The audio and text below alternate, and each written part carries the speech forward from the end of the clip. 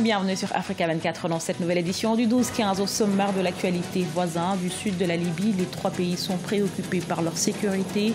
Le Niger, le Tchad et le Soudan ont signé ce 31 mai à N'Djamena un accord de coopération objectif sécuriser leurs frontières communes contre le trafic d'êtres humains et d'armes.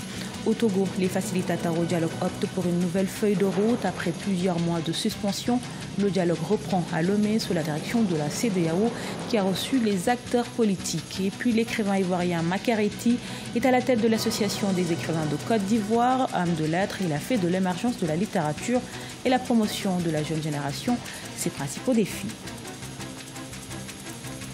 C'est une initiative nouvelle, différente des autres et qui a des préoccupations essentiellement sécuritaires. Un accord de coopération entre le Tchad, le Soudan, la Libye et le Niger a été signé ce 31 mai.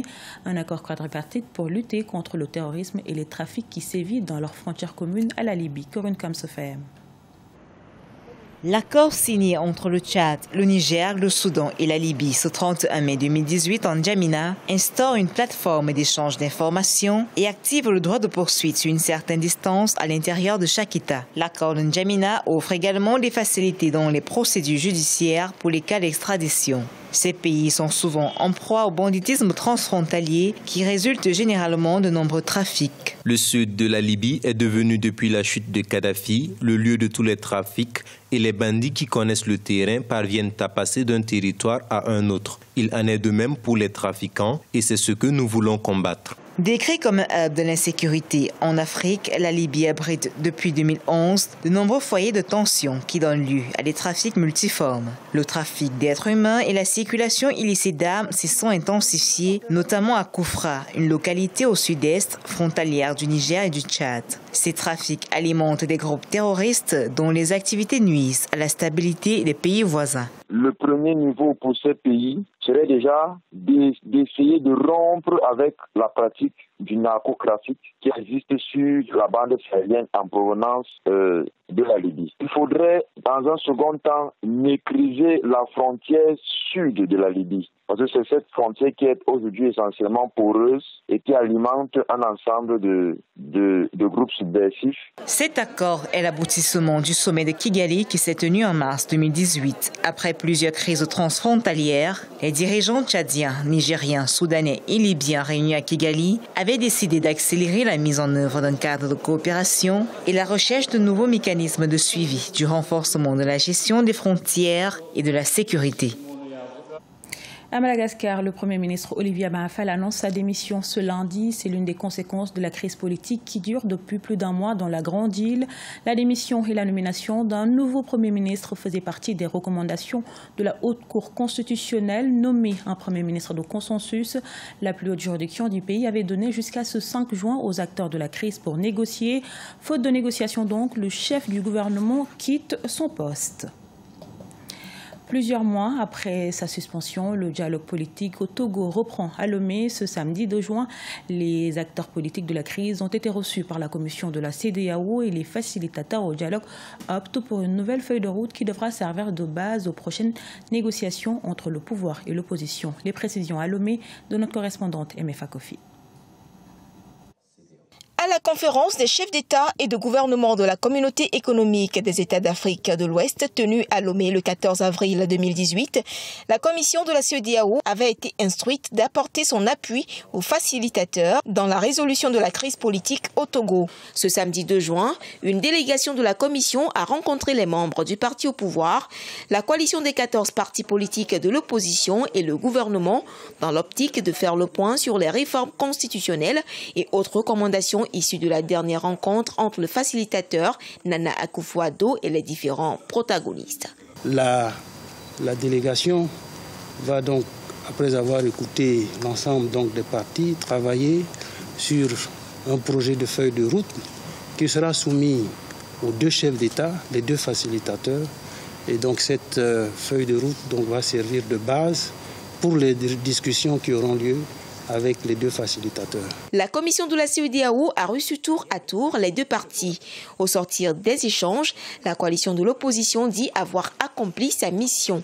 Du côté du gouvernement, l'on s'inscrit dans la logique des recommandations des chefs d'État et de gouvernement de la CEDEAO en date du 14 avril 2018. La décision des chefs d'État et de gouvernement de la CEDEAO du 14 avril a consacré une nouvelle dynamique,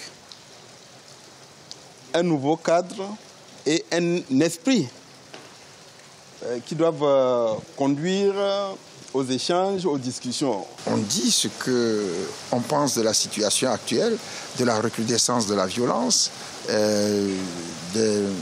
du refus de mettre en œuvre les mesures d'apaisement, des questions des rafles, enfin la recrudescence de la violence et tout.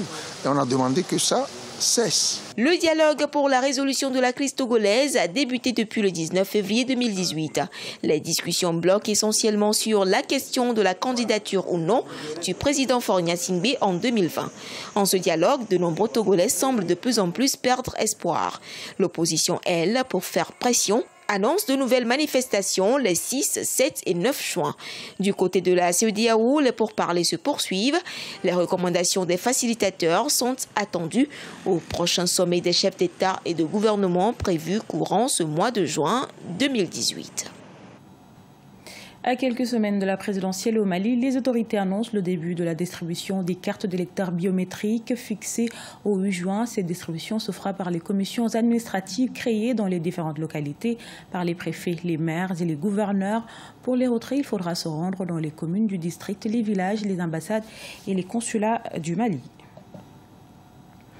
En Côte d'Ivoire, une œuvre littéraire est publiée chaque 2 semaines selon l'association des écrivains du pays. Ce creuset de 600 écrivains publie ses œuvres grâce à 50 maisons d'édition. 7e président de cette association, l'écrivain Makareti lutte pour l'émergence de la littérature ivoirienne.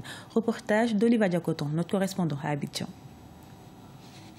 Auteur de cette production littéraire, Makareti est peu à peu un homme de lettres influent en Côte d'Ivoire. Cet écrivain a même l'un de ses livres au programme scolaire dans le pays. Il s'agit du roman Pour le bonheur des miens, publié en 2015.